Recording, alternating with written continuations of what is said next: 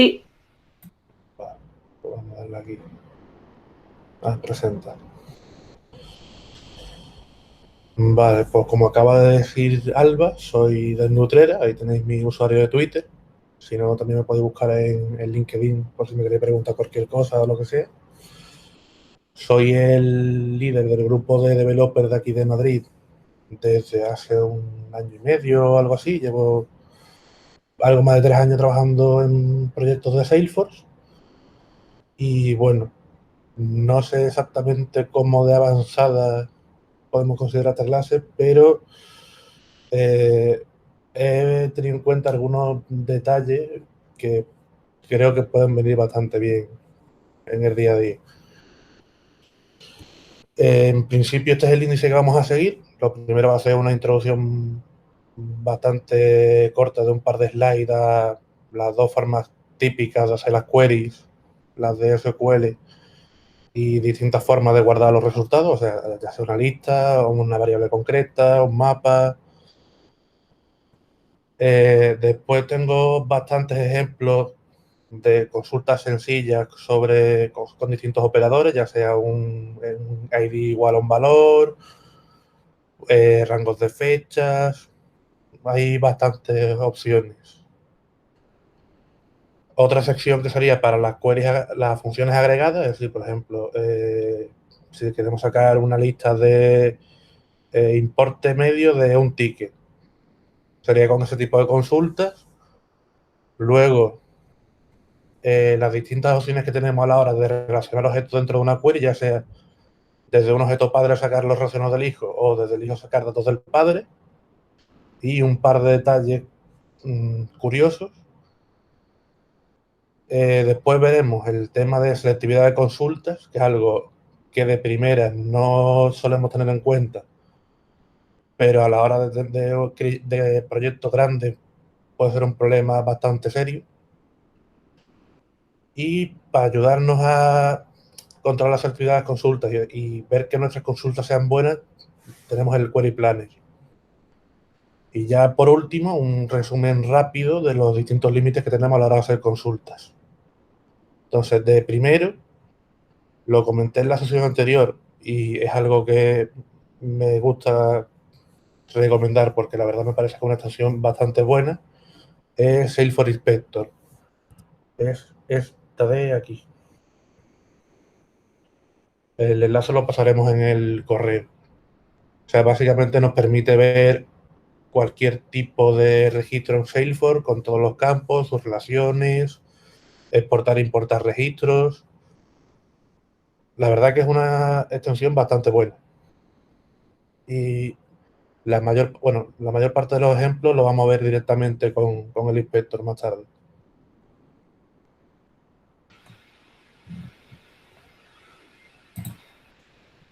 Como comentaba, la primera parte que voy a contar es las dos formas básicas de hacer una query. Bien podemos escribir lo que es la consulta como tal entre llaves, o llamar al método de database.query y pasarle el string de la query que queramos hacer. Este caso nos va a ser muy útil a la hora de hacer query dinámica. Y respecto a cómo utilizar los resultados de esa query, bueno, por ejemplo, en este caso todos los ejemplos son con cuentas, con account. Una misma consulta podemos guardarla a una lista de cuentas, a un mapa en el que tengamos como ID el ID de la cuenta y el registro como tal. Esto vi ayer, lo que pasa es que no me ha dado tiempo de ponerlo en la presentación, que en las queries podemos ponerle alias a los campos. Entonces, si dentro de la query, por ejemplo, yo selecciono el estado y le pongo como alias ID, podemos, entre comillas, trampear un poco el mapa para que el campo este no sea el ID en verdad, sino que sea el campo que nosotros queramos. Otra de las opciones es guardar el resultado de la query directamente a una variable única. El problema es que si la query devuelve ningún resultado o más de uno, esto no va a dar problemas, por lo cual son muy pocos casos en los que se usa esta opción. También tenemos la opción de guardarlo como lista de SEObject, ya que todos los objetos de Salesforce por detrás son, o sea, todos los registros por detrás son una instancia de SEObject. O si solamente queremos iterar sobre los resultados de la query, podemos hacer un for y pasarle directamente a la consulta que queramos hacer. Y ya con esto pasamos a los distintos ejemplos de operaciones que podemos hacer con una consulta dentro de Salesforce. La principal operación que haremos casi siempre va a ser filtrar por algún campo concreto, a ser posible un ID. Por ejemplo, en este caso queremos sacar los contactos a partir del ID de la cuenta.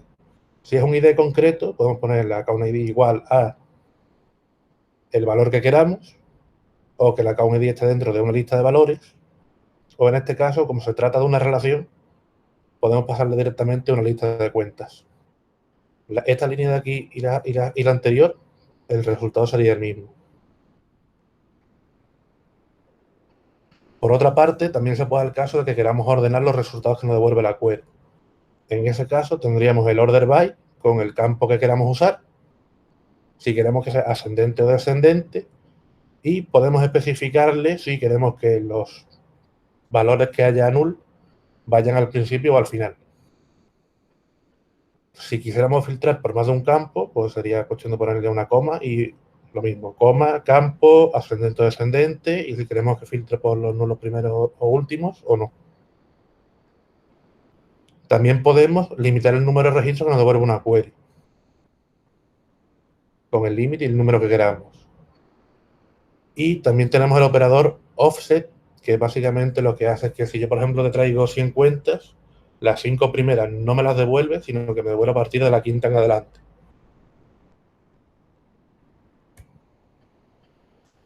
Otras funciones que también son muy útiles son, por ejemplo, esta, la del toLabel y format. Porque si tenemos una org en la que tenemos usuarios que usan distintos idiomas, el toLabel nos trae los valores de los picklists en el idioma del usuario actual. O sea, por ejemplo, si yo lo tengo en inglés, me lo trae en inglés, pero si mi compañero lo tiene en español, le traerá el valor en español. Sí, está la traducción. Y el format nos traería, por ejemplo, las fechas, las monedas, o sea, los campos de tipo moneda, los numéricos en el formato que tenga definido el usuario actual en su perfil. Otra de las operaciones que también son bastante frecuentes es filtrar por rangos de fechas. En este caso, por ejemplo, podemos decir que quiero traerme todas las cuentas que se han modificado antes de los últimos 10 días o que se hayan creado en el año anterior. Aquí podríamos ponerlo, por ejemplo, today o yesterday, y hay bastantes operadores posibles. Podemos filtrar, por ejemplo, por quarter, por año, por meses, por semana, por día. La verdad que tenemos bastantes opciones. Y otra de las opciones que tenemos a la hora de buscar es usar el operador like. O sea, por ejemplo, yo quiero traerme todos los usuarios cuyo nombre empiece por Juan. Entonces tendríamos where account.name like Juan y el porcentaje. Este ejemplo aquí lo he puesto en concreto porque es uno de los ejemplos de consulta a no hacer en Salesforce. Porque cuando veamos después la parte de selectividad, el usar el porcentaje o wildcard, tanto al principio como al final, hace que el rendimiento de la query sea muchísimo peor, y el not hace que sea aún peor. Y otro operador que no conocía hasta hace poco es que si tenemos campos de tipo ubicación, o sea, latitud-longitud, le podemos decir que nos traiga los registros en función a la distancia que nosotros lo digamos. Es importante que el primer parámetro sea nuestro campo y aquí le pongamos la localización que queramos o el otro campo. Porque si se pone al revés no funciona. No entiendo muy bien por qué, pero lo especifica en la documentación. Y aquí le podemos pasar tanto kilómetros como millas. Y la última slide de esta parte de operadores tenemos los operadores forReference, forView y forUpdate. Estos dos, no sé si por casualidad lo habréis visto, en los registros tenemos dos campos, que es la fecha de última visualización y la fecha de la última vez que se referenció. O sea, por ejemplo, si yo informo en contacto un lookup a account, en account la fecha de última referencia será cuando se puso en el contacto. Y la fecha de vista es la última vez que se abrió el registro como tal. Entonces, si nosotros hacemos una query y queremos que cuente como registro visto recientemente, le podemos poner el forView al final de la consulta. Y si le ponemos el forReference, actualizaría el campo de referencia. Lo que he visto, que creo que no lo especifica la documentación, es que el forView actualiza tanto la de referencia como la de visualización.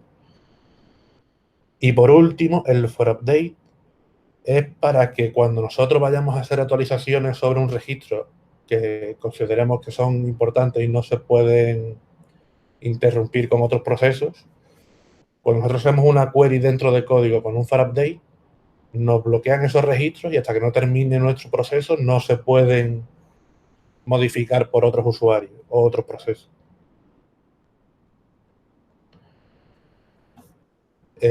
¿Sigo con la presentación o hay alguna pregunta así en concreto por ahora? En el chat no hay, no sé si alguien te quiere preguntar.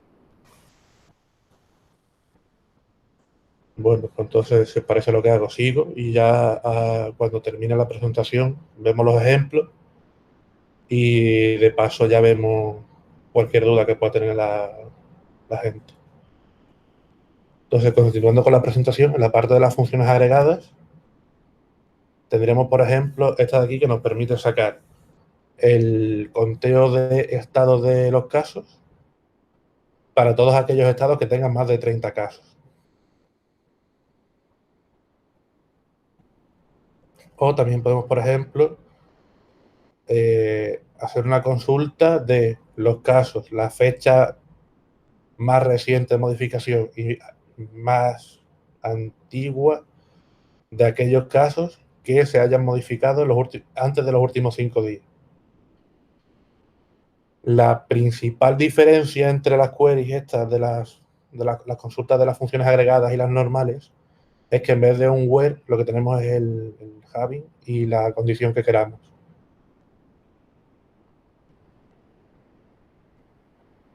Y, por ejemplo, si tuviéramos un campo numérico, podemos hacerle tanto el máximo como el mínimo, la media y el sumatorio. No es obligatorio que sea agrupado por ningún campo. Si quisiéramos solamente sacar los máximos de todos los casos, bastaría con quitar el campo aquí de status y el group by. Otra de las opciones de agrupación que tenemos es hacer un group by rollup. O sea, en este caso de aquí, nosotros tendríamos, por ejemplo, estado abierto, estado cerrado y los correspondientes a cada uno. En este tendríamos lo mismo, más un campo, más un resultado extra con el sumatorio de todo lo anterior. Y también podemos hacerlo por dos campos, de forma que tendríamos agrupado primero por origen y después por estado. Y si queremos tener las agrupaciones de todas las combinaciones posibles, habría que hacer un group by queue. Igualmente, esto ahora después vamos a ver el resultado de la query como tal, que se entiende bastante más rápido. Y el último apartado que tenemos con ejemplos ahora mismo es la parte de relaciones entre padres e hijos.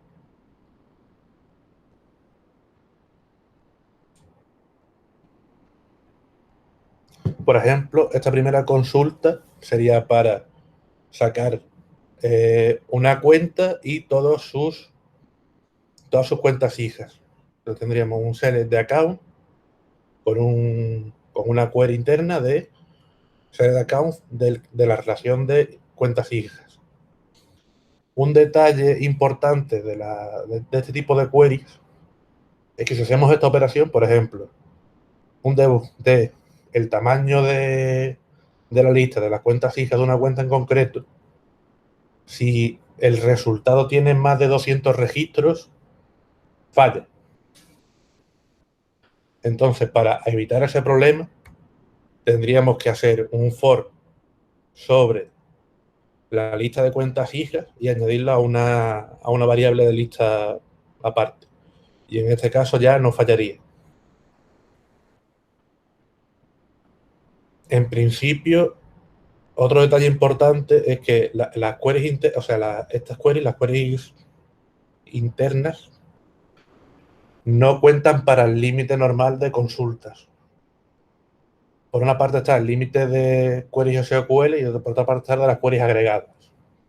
Y este sería el límite de queries agregadas, que es bastante más elevado que el límite normal.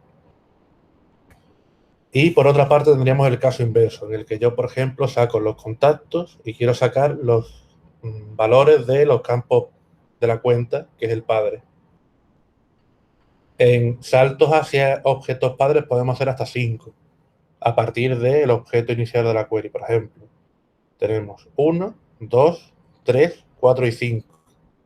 Si yo aquí le pongo un punto parent más, no me dejaría. Me daría un fallo de que se está superando el límite de relaciones permitidas. Y el último ejemplo, que creo que es el posiblemente más útil y creo que menos usado, es el operador typeof. Que cuando tenemos un objeto que está relacionado con otro, pero el lookup puede ser varios tipos de objetos, por ejemplo, de tarea el owner puede ser un usuario o una cola. Bueno, un grupo. Bueno, y cola también ahora. O en el caso de los service appointment de field service, el padre puede ser muchos tipos de objetos. Entonces no puede hacer una query directamente de service appointment punto lo que sea. En ese caso habría que hacer un typeof con el nombre de la relación y aquí le decimos, bueno, cuando el owner de la tarea sea un usuario, quiero que me traigas el campo nombre. Pero cuando el tipo sea un grupo, quiero que me traigas el nombre del creador. Y de esta forma podemos seguir subiendo en las relaciones del objeto.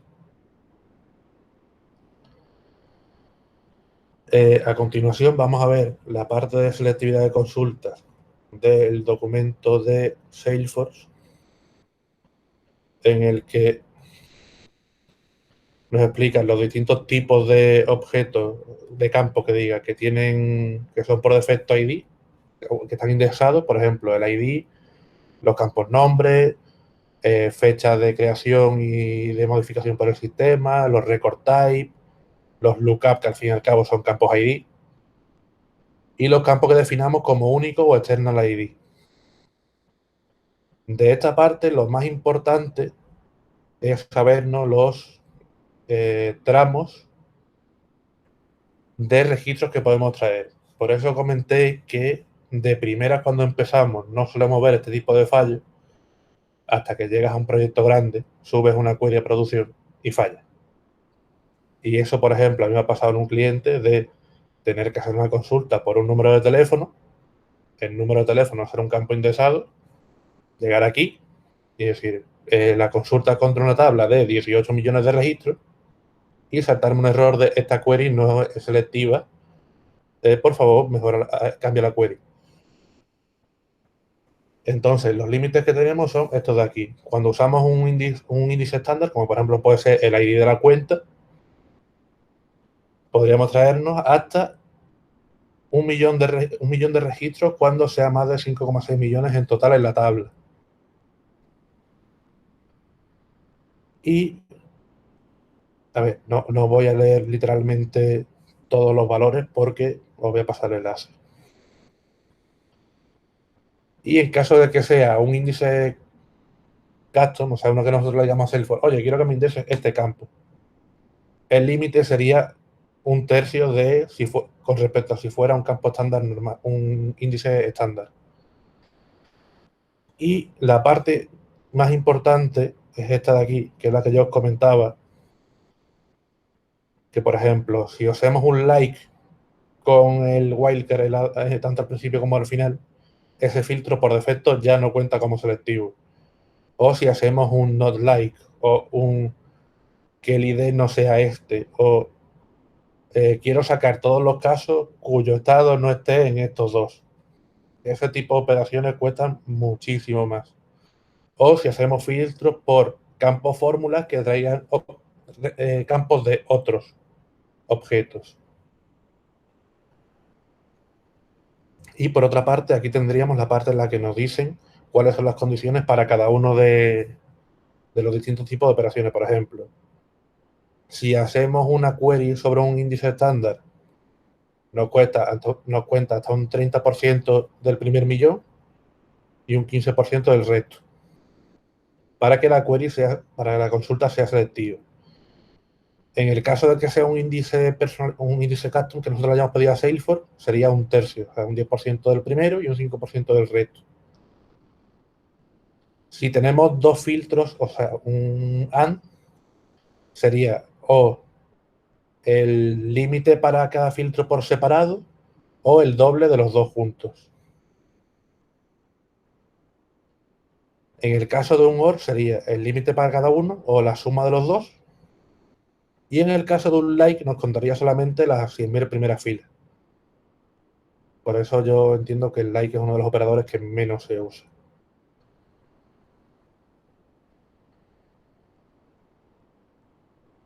Y si os parece bien, vamos a ver ahora la parte del Query Planner y los distintos ejemplos. Lo primero es que por defecto la parte del Query Planner no está activada en la consola. Entonces, para poder usarlo nos tendríamos que venir a la Developer Console. Si aquí en Query Editor no sale la parte de Query Plan, deberíamos venirnos a la parte de ayuda, a las preferencias y donde pone activar Query Plan, ponerlo a True. Y con eso ya deberíamos de poder usar. Entonces, por ejemplo, aquí tengo unas cuantas consultas listas para hacer las pruebas. Por ejemplo, en este caso de aquí, si hacemos una consulta sobre un ID concreto, tenemos que el coste como tal de la operación es prácticamente nulo, comparado con lo que costaría hacer un escaneo de la tabla completa. Y otra de las cosas interesantes es que aquí, en esta columna de aquí, nos dice el tamaño de la tabla que estamos usando. En este caso, tendríamos 3.448 registros en account. Y la query nos devuelve un registro, que coincide que es el de ese ID. Si yo aquí le pongo otra cosa. Vale, eso no le gusta.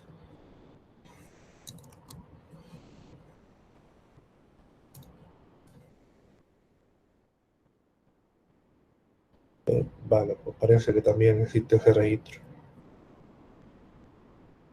Si no hubiera ninguno, no podría un cero. Entonces, por ejemplo,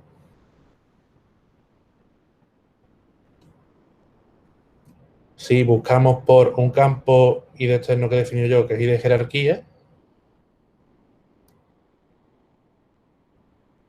sigue siendo un coste bastante menor que buscar sobre toda la tabla, pero ya es un poco mayor que sobre un ID concreto.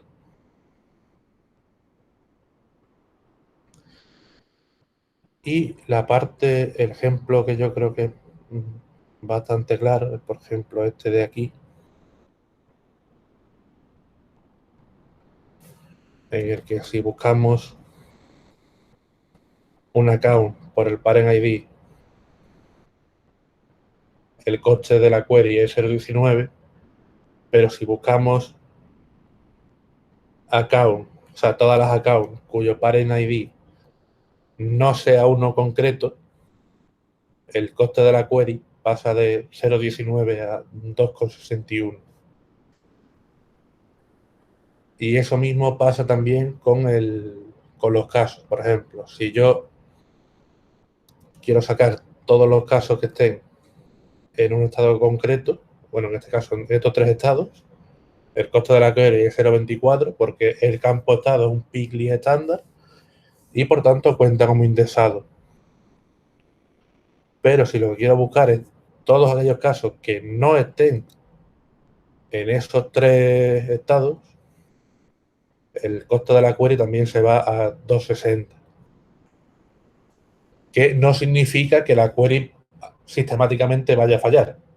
Significa que si tenemos muchas queries cuyo rendimiento sea malo, probablemente por un sitio o por otro acabemos topándonos con los límites de la plataforma.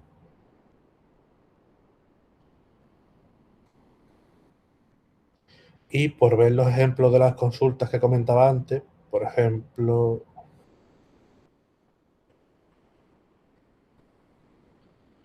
este de aquí, el ToLabel.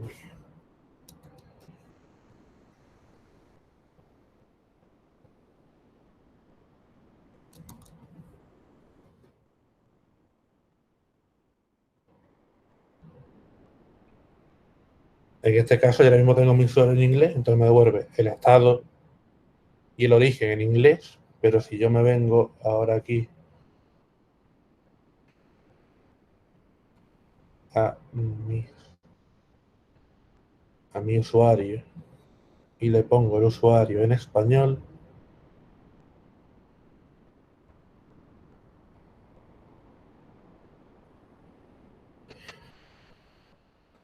ahora me devuelve los valores en español. La fecha me la sigue devolviendo igual porque no le he cambiado la configuración regional. Pero si le ponemos aquí español España, debería de cambiar también el formato de la fecha.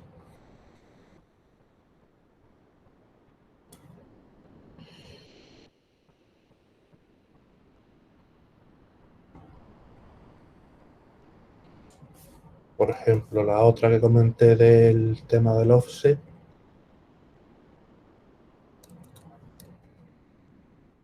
si no lo ponemos de primera,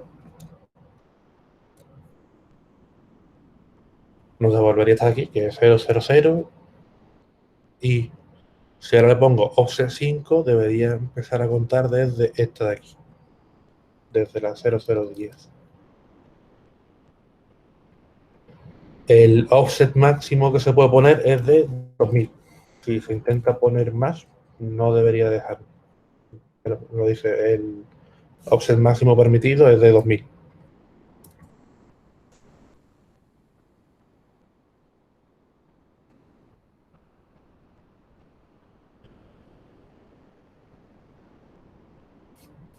Este ejemplo creo que se me ha pasado a comentarlo antes, pero otra de las opciones que nos dejan es el operador using scope.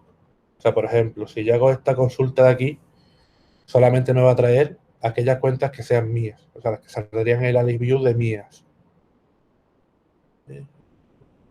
Vale, un momento, que esto va aquí.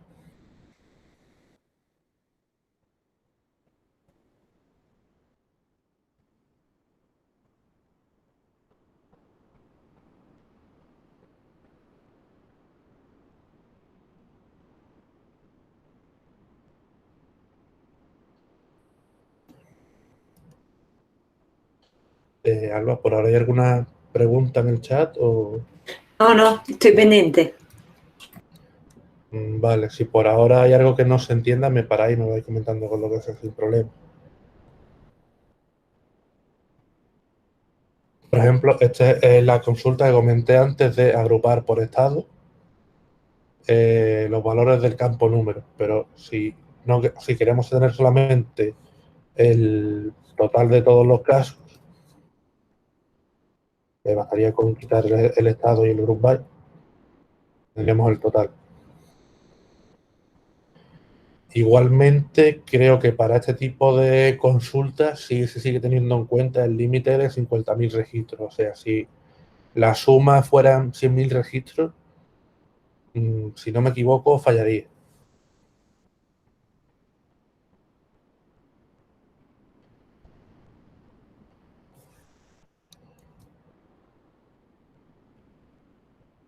Entonces, ahora vamos a ver la diferencia entre el group by rollup, el group by cube y el group by normal.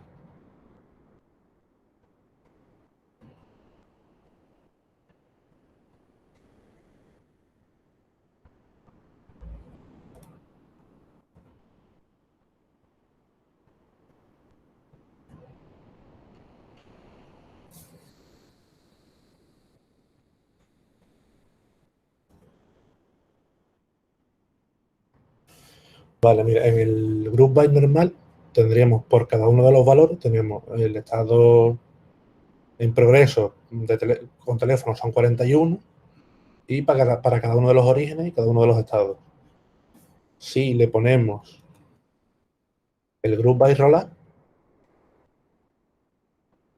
tenemos para cada uno de los orígenes y el total de este estado sería 96. Y en el grupo de grouping de origen nos saldría 1 porque es el total de ese campo. Y si nos damos cuenta, en este caso, con el group by rollup, este segundo campo sí tenemos sus agrupaciones, pero no tenemos la del primero, la del estado. Y para eso sería el otro, el group by queue.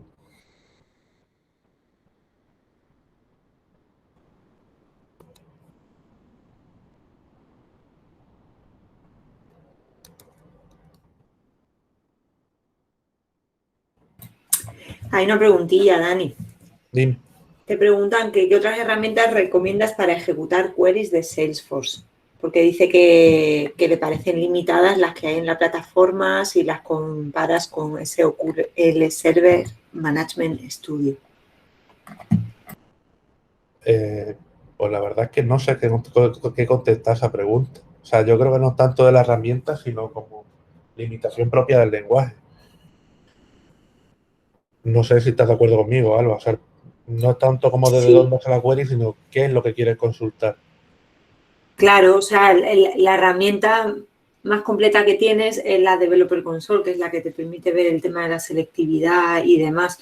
Otra cosa es lo que dice Dani, que a lo mejor en el lenguaje en sí, en SQL, no es tan flexible ni tan versátil como puede ser SQL puro y duro. Yo sí que he utilizado Workbench para hacer queries, pero al final todo lo que puedes hacer en cualquier otra herramienta lo puedes hacer en la Developer Console. O sea, yo Workbench es interesante para construir las queries. Lo que es a nivel de query, o sea, lo que es voy a consultar X, yo la mayor parte de las veces lo hago desde aquí, desde el inspector, más que nada porque no tengo ni siquiera saber qué es exactamente lo que quiero consultar. O sea, por ejemplo, yo te pongo select from y automáticamente me hizo una lista de todos los objetos que sean. Entonces, por ejemplo, yo sé que quiero consultar algo de service appointment, por poner un ejemplo. Pero en este caso no tengo el objeto porque es mi deber de contacto. Pero conforme yo voy escribiendo, me va saliendo todas las opciones que tengo de posibles objetos con ese nombre. Por ejemplo, contacto, vale. Y ahora ya aquí en el series me salen todos los campos posibles. Yo quiero consultar el idioma. Vale, pues voy escribiendo y me dice, vale, pues este campo el que puedes consultar. Entonces, a la hora de hacer una primera aproximación a qué es lo que quiero consultar, es muy cómodo, porque hay muchas veces que, o por lo menos me pasa, que sé qué es lo que quiero consultar, pero no me sé el nombre exacto del campo. O no me acuerdo de cuál era el nombre exacto del objeto. Entonces, en ese sentido, Usar Inspector está bastante bien para una primera versión de la query. Luego ya temas de rendimiento, si son óptimas o no, de ahí tiraría de la Developer Console. Otra cosa es el hecho de que yo quiera consultar algo y por limitaciones del lenguaje no se pueda. Que normalmente se puede hacer prácticamente cualquier tipo de consulta. Hay veces que hay que trampearlo un poco, por decirlo de alguna forma. O sea, hay algunas consultas con su truco, pero lo importante yo creo que es que a la hora de montar Salesforce hay que tener mucho cuidado con cómo se monta el modelo de datos. Porque si no, después nos encontramos con casos de que quiero consultar un objeto desde otro, pero no sé cómo, o tengo que hacer una especie como de join de dos tablas y no consigo hacerlo bien. Pero es eso, es más limitación del lenguaje que otra cosa. Entiendo que estás de acuerdo, ¿no, Alba? Sí. Y no sé si hay ahora mismo alguna pregunta más.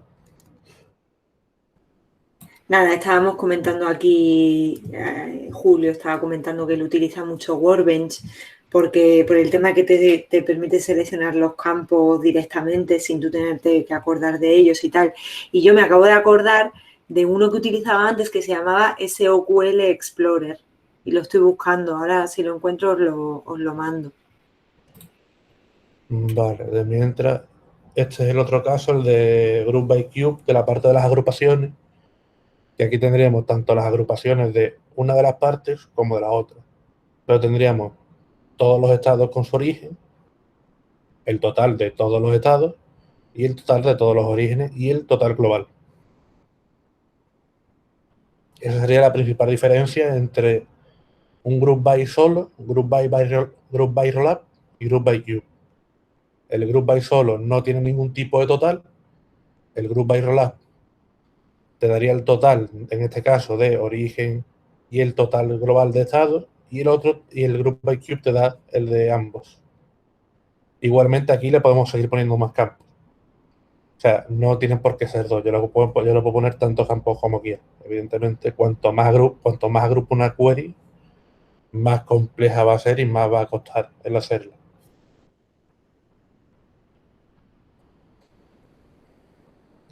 Y el ejemplo que comentaba antes de las inner queries, si tenía más de 200 registros, es esto de aquí.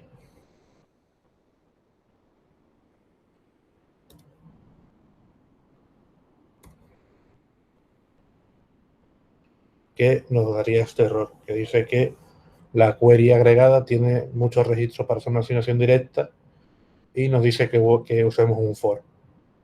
Entonces, efectivamente, si la cambiamos por la segunda opción en la que iteramos sobre la lista,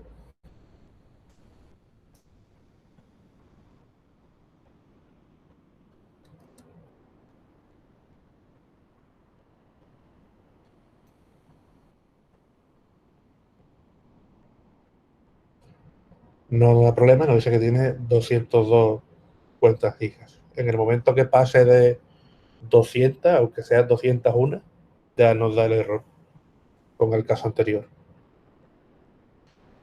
Y, por ejemplo, por ver la del typeof en el inspector,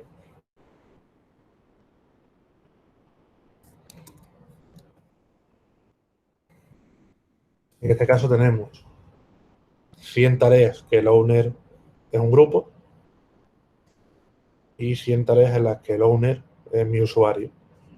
Entonces, en las que el grupo nos trae el creador del grupo, en este caso soy yo, porque soy el único usuario de la OR, y en la otra en las que directamente soy yo el owner de la tarea.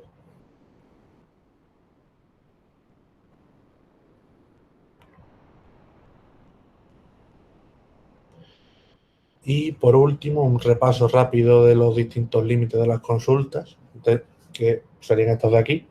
En principio, no podemos hacer más de 100 SQL directas dentro de una sola transacción. Respecto a las inner queries, el límite sería de 300. Según la documentación, Alba, esto si puede confirmármelo, las inner queries cuentan al límite total de registros, pero lo está probando y parece que no. No lo sé. O sea, es que he visto partes en las que dice que sí y partes en las que no está muy claro. Y por las pruebas que he hecho, no creo que no cuentan directamente.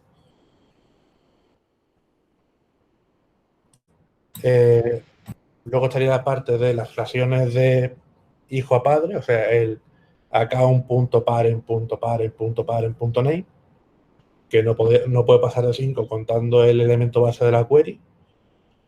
Y las inner queries no se pueden hacer más de una, o sea, no puede haber más de un nivel. O sea, yo no puedo hacer un select ID from account, select ID from account y dentro otro select de otra cosa. Lo que sí que se puede es, si yo hago un where, o sea, por ejemplo, a ver un momento, vale, aquí.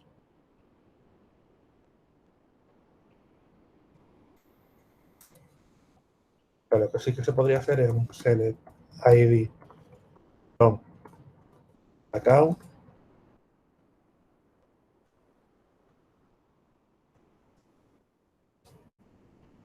aquí voy a poner de conta.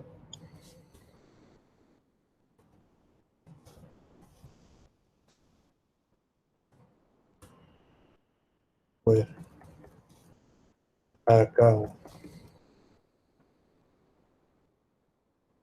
ID y una lista por acá un ID y otra lista. Vale, esto no es lo que quería hacer. Aquí sería un select. Select ID from account.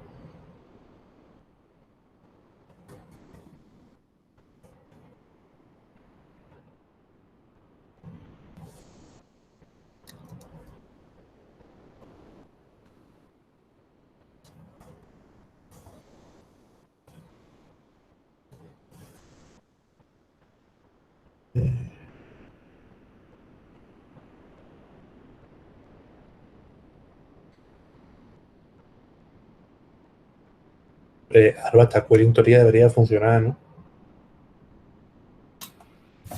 A ver. A lo que quiero llegar es a que se puedan hacer 2 inner query dentro de un web. Solo 2. Si se ponen más, también tiene un límite.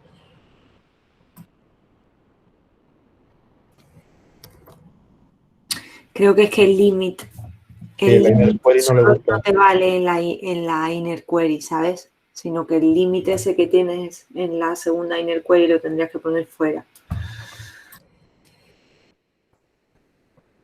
Vale, vamos a pasarle un ID concreto.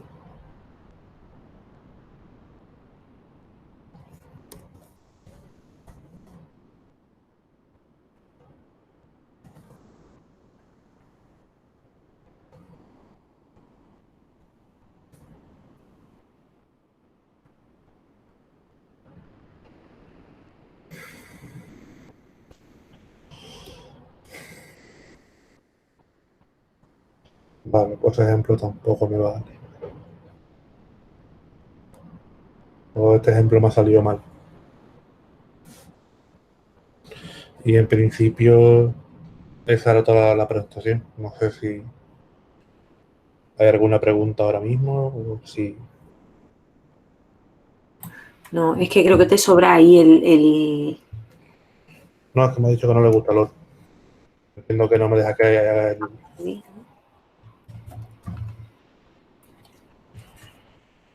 Creo que es que tendrías que hacer account ID in.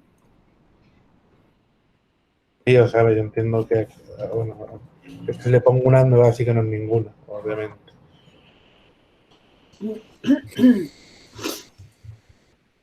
Y el problema está en que no tengo ningún otro registro así por el que... Dani, yo creo que el problema es porque en realidad está usando el mismo índice, entonces no te permite hacer usar subquery sobre el mismo índice en dos veces. Puede ser, pero el problema está en que no tenía otro índice pensado para hacer la query. Este es un ejemplo que me acabo de inventar y me ha salido mal. Son las cosas del directo. Problema del Sí. directo, exacto. ¿Y no sabes el nombre de ese account ID para intentar ejecutarla? Aunque sea. Pues,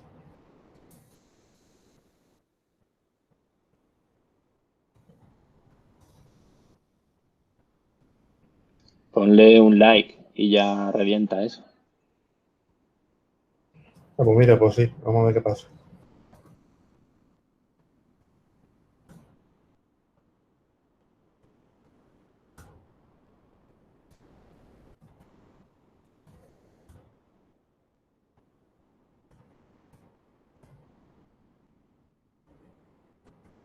Pues me llega un correo de Salesforce diciendo que me quita la hora.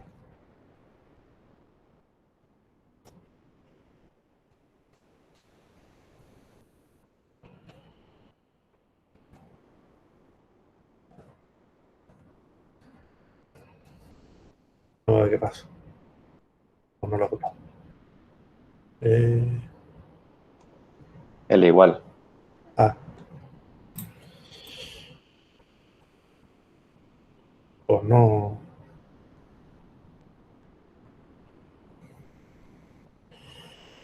Pues nada, vamos a probar última jugada. Pues no, no parece que esté por la labor. A ver, voy a buscar un momento. Seguro que tiene contactos la cuenta. Esta creo que no. Claro, es que ahí está haciendo un select a contact. Claro. Entonces, si no tiene Ah. contactos, Vamos a ver. Esta aquí, que es lo que tiene. Si veo cuál es, sabré si tiene contacto o no. Vale, esta no tiene.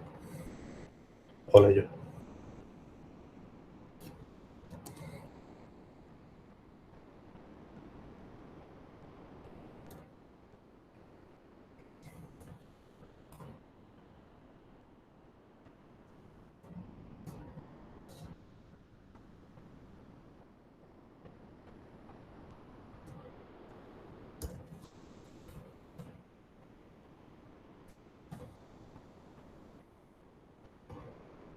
Vale, ahora sí.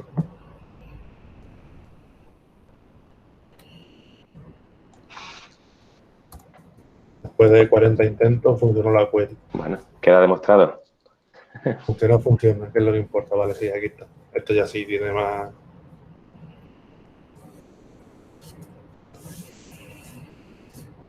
Vale, pues en principio eso es todo.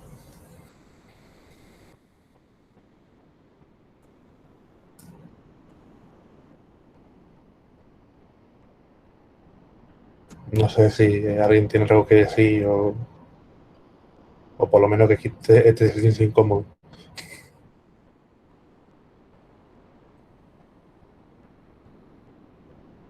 ¿tenéis más preguntas? No sé, aprovecharos que Dani es el expert de SQL.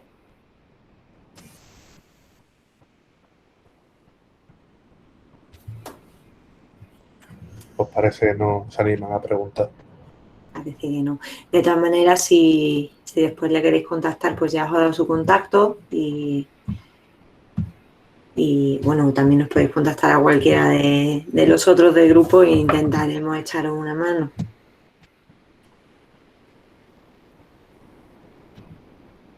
Vale, pues nada, que muchas gracias, Dani, muy buena sesión. Muchas gracias a todos por asistir y el jueves tenemos charla de integración, ¿no, Julio? Sí, sí. Varios tipos de integraciones y algunas demos. Eso. Y ya el martes que viene doy yo la de Unit Testing de Lightning Web Components y ya sería la última. Así que nada, aprovechando ya las últimas sesiones. Muy bien, justito antes del verano. Sí, eso es. Muy bien, pues muchas gracias a todos. Gracias, chao, chao. Chao. Ahora